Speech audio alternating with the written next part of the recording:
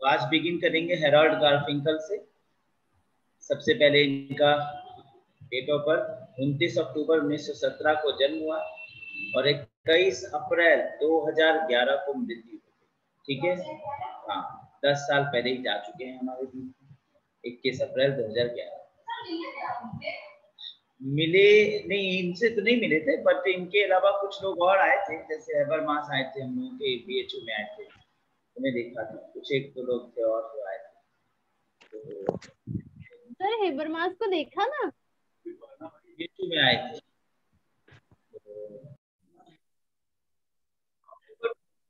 1917 और अप्रैल 2011 ये इनका डीओपी है।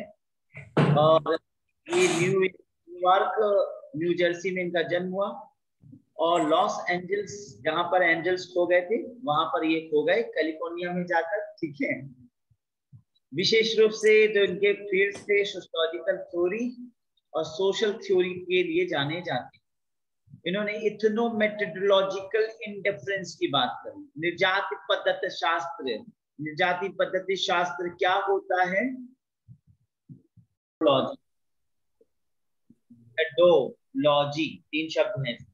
इथनो यानी लोगों द्वारा, मेथडो यानी पद्धति, मेथड यानी पद्धति, लॉजी यानी शास्त्र यानी व्याख्या करना। तो लोगों द्वारा अपने अनुसार किसी चीज की व्याख्या करना। तो जनरली क्या है? निथुनो यानी समुदाय, समूह। निजाति यानी अपने समूह या समुदाय के आधार पर व्यक्ति स्वयं किसी चीज को कैसे व्याख्यायित करता है। तो अभी तक जो लोग कह रहे थे वो परंपरा, अभी क्या है, हमें जैसा लगता है या लोगों को जैसा लगता है वैसा किसी चीज का व्याख्या करना। तो इन्होंने क्या किया, इन्होंने लोगों यानी परंपरा यानी समाज के अनुसार नहीं कि समाज क्या कहता है, बल्कि हमें क्या लगता है, हमारे अनुभव कैसे कहते हैं, हमें जैसा सोचता है, हम जैसा सोचते हैं, उसके अनुसार चीजों की व्याख्या। ये है इथनोमेथोडोलॉजिकल थ्योरी, यानी इस आधार पर अपने सिद्धांत दिए। अभी इन्होंने कौन कौन से सिद्धांत दिए इन आधारों पर, इनकी अगर हम चर्चा करें तो इन्होंने कुछ सिद्धांत दिए, जिसमें पहला है प्रलेखन विधि, फिर है संदर्भिकता निर्देशिका, फिर व्यवहारिक समाजशास्त्री तर्क, फिर टीकात्मक व्यवहार, फिर चिंतनशीलता, फिर क्रमिक संयोजन समायोजन एवं तार्किक विवरण, फिर वृत्तचित्र विधि, फिर फ्लेक्सिबिलिटी, फिर ब्रीचिंग एक्सपेरिमेंट, फिर एक्स्ट्रा थ्योरी। अब टोटल 10 सिद्धांत हम लोगों को इनके ऊपर होता है, 10 थ्योरी। ठीक है, तो अब यहाँ पर एक एक थ्योरी, क्योंकि आपको किताबों में भी नहीं मिलेगा, ये हमने नेट से काफी स्टडी करके तो बनाया है। ये जो आप पेज,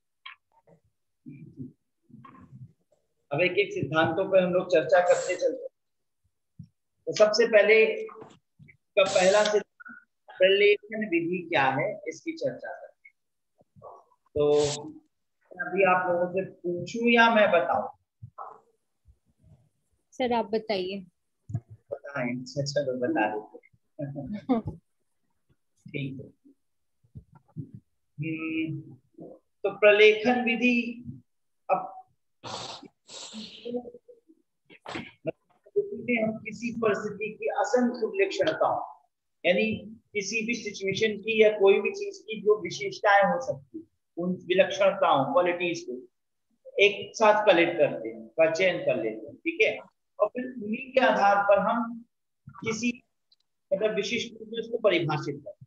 तो जस्ट लाइक आइडियल टाइप, जैसे आदर्श प्रारूप में होता है, वैसे ही हम यहाँ पर देखें तो इन्होंने प्रलेखन विधि को बताया, जिसमें हम किसी चीज का एक कुछ क्वालिटीज को कलेक्ट करते हैं, कुछ क्वालिटीज को कलेक्ट करके हम उन्हें विशिष्ट रूप से परिभाषित करते हैं। उन क्वालिटीज को जो है एक प्रकार से किसी चीज को स्टडी करने में हम साक्ष्य के रूप में प्रयोग करते हैं।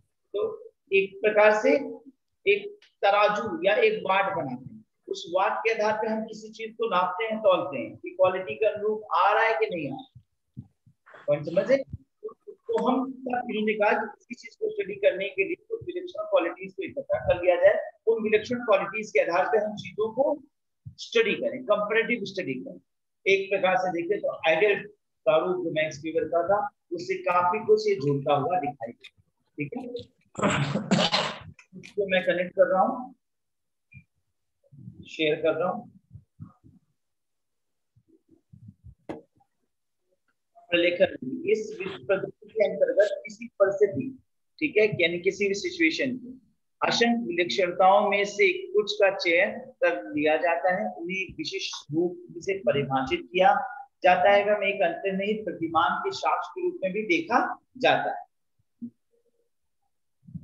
संदर्भित तो थोड़ा थोड़ा पता है मुझे।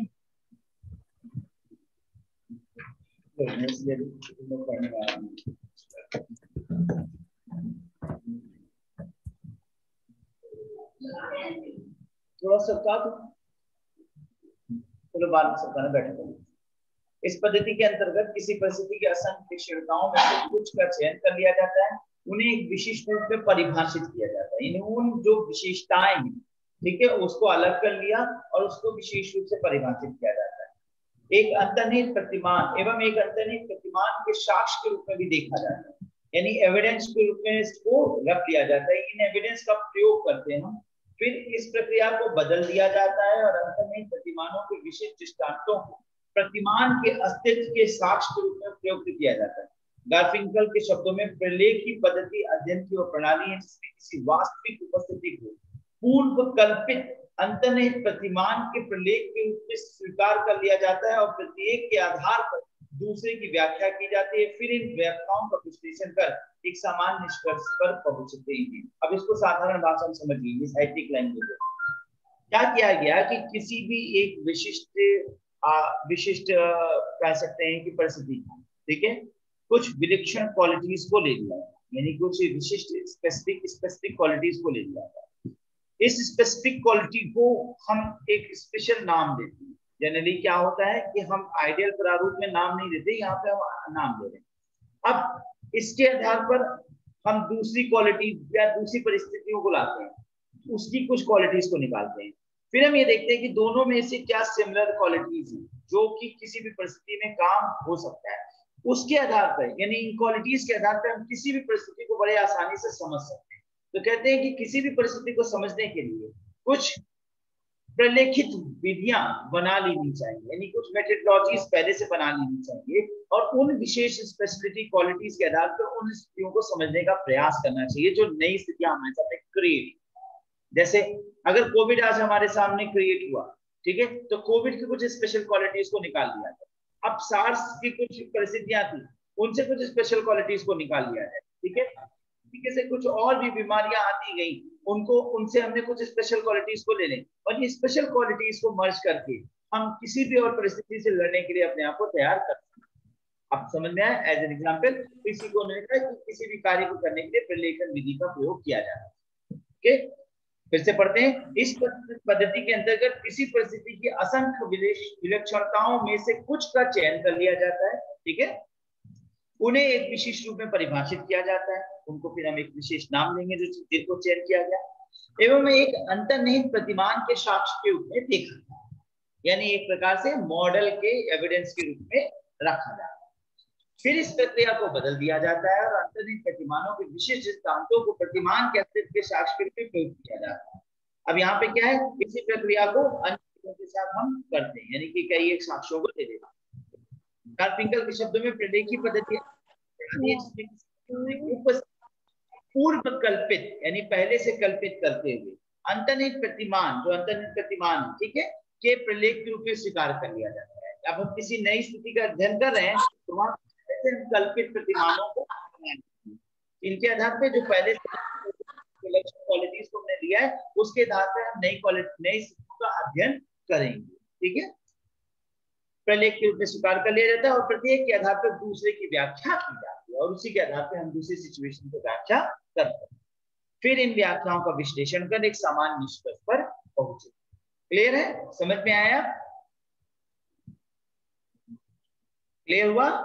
यानी कॉम्परेटिव स्टडी, यानी कि हम जब अलग अलग जगह से प्रलेख इकट्ठा करेंगे फिर उनका सबका एक सामान्यीकरण, जर्नलाइजेशन करेंगे और वर्तमान उपस्थिति को देखते हुए पूर्व कल्पित अंतर्निहित प्रतिमान, ये एक वर्ड है पूर्व कल्पित, यानी कि पहले से बनाया हुआ, पहले से कल्पना किया, और अंतर्निहित जो उसमें समाहित है, वो जो उसमें समाहित है उनमें से पहले से कल्पित प्रतिमानों को इकट्ठा करा गया, पहले से हमने कुछ सोचा, कल्पनाएं किया, उसको उसमें जो समाहित है उनमें से निकाला, प्रतिमान यानी नॉर्म्स यानी मॉडर्न यानी मॉडल्स को निकाला, ठीक है, और उन मॉडल्स पर वर्क करना शुरू करेंगे। तो प्रलेखन बनाई पहले। हाँ, प्रलेखन का मतलब क्या होता है? डॉक्यूमेंट्री में, डॉक्यूमेंट्री मेथड का मतलब क्या है? डॉक्यूमेंट्स एक प्रकार से साक्षरगत रूप से किसी चीज को डॉक्यूमेंट के रूप में हमने इकट्ठा कर लिया और फिर उन डॉक्यूमेंट्स के आधार पे हम दूसरों को स्टडी करते हैं। दूसरों को स्टडी के दौरान उन्हीं डॉक्यूमेंट के आधार पर कुछ पूर्वकल्पित अनुमान बनाते हैं और उस पूर्वकल्पित आधार पर हम उसमें जो अंतर्निहित प्रतिमान है उनको लेते हैं और नई सिचुएशन का अध्ययन करते हैं। ठीक है, क्लियर? चलिए अब दूसरे टॉपिक पे चलते हैं, संदर्भिकता या निर्देशिता। संदर्भिकता का तात्पर्य है किसी वस्तु या क्रिया का ज्ञान या अर्थ उसके संदर्भ में निकाला जाना, किसी दूसरे संदर्भ से निकालना, यानी दो अर्थ हो सकते हैं एक ही क्रिया का या एक ही शब्द का।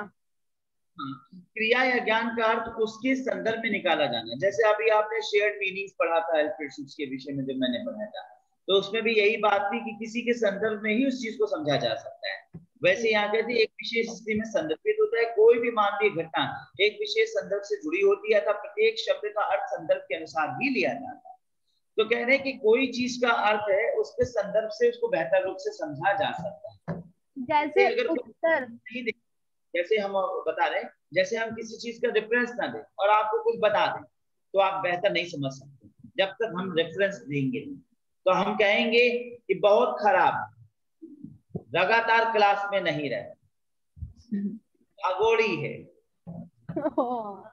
अरे नहीं सर, निभा तुम्हें नहीं कहा सर ने। अगर हम ये नहीं बताएंगे कि हम निभा के लिए कह रहे हैं या इनके लिए, तो स्पष्ट नहीं होगा। या सर प्रीति और गुलशन के लिए कह रहे हैं, हमें तो सिर्फ बता रहे हैं। हाँ सर, और क्या। भागेंगे तो मैंने अपने यहाँ किडनैप कर लिया। ये नहीं भाग सकते। तो अपना बचाव करने के लिए फिर दूसरों को कहते हैं। तो ये इसे इसे एक विधि कहते हैं, ध्यान रखिएगा। तो कुल मिलाकर समझ गए, रेफरेंस नहीं देंगे और हम, हाँ अभी फिर हिंदू नहीं है, हिंदू को बड़ा याद कर रही थी। मैंने नोट्स भी नहीं लिए जो सर ने डिस्ट्रीब्यूट किए थे वहां पे। हाँ, नहीं आई। हिंदू से प्रेम हो गया लगता है। अत्यधिक अच्छे लगते हैं। क्या कह रही? बाल में लगा रहे थे वो, क्या लगा रहे थे? मेहंदी लगा। एक सेकंड रुको, पहले हम रिकॉर्डिंग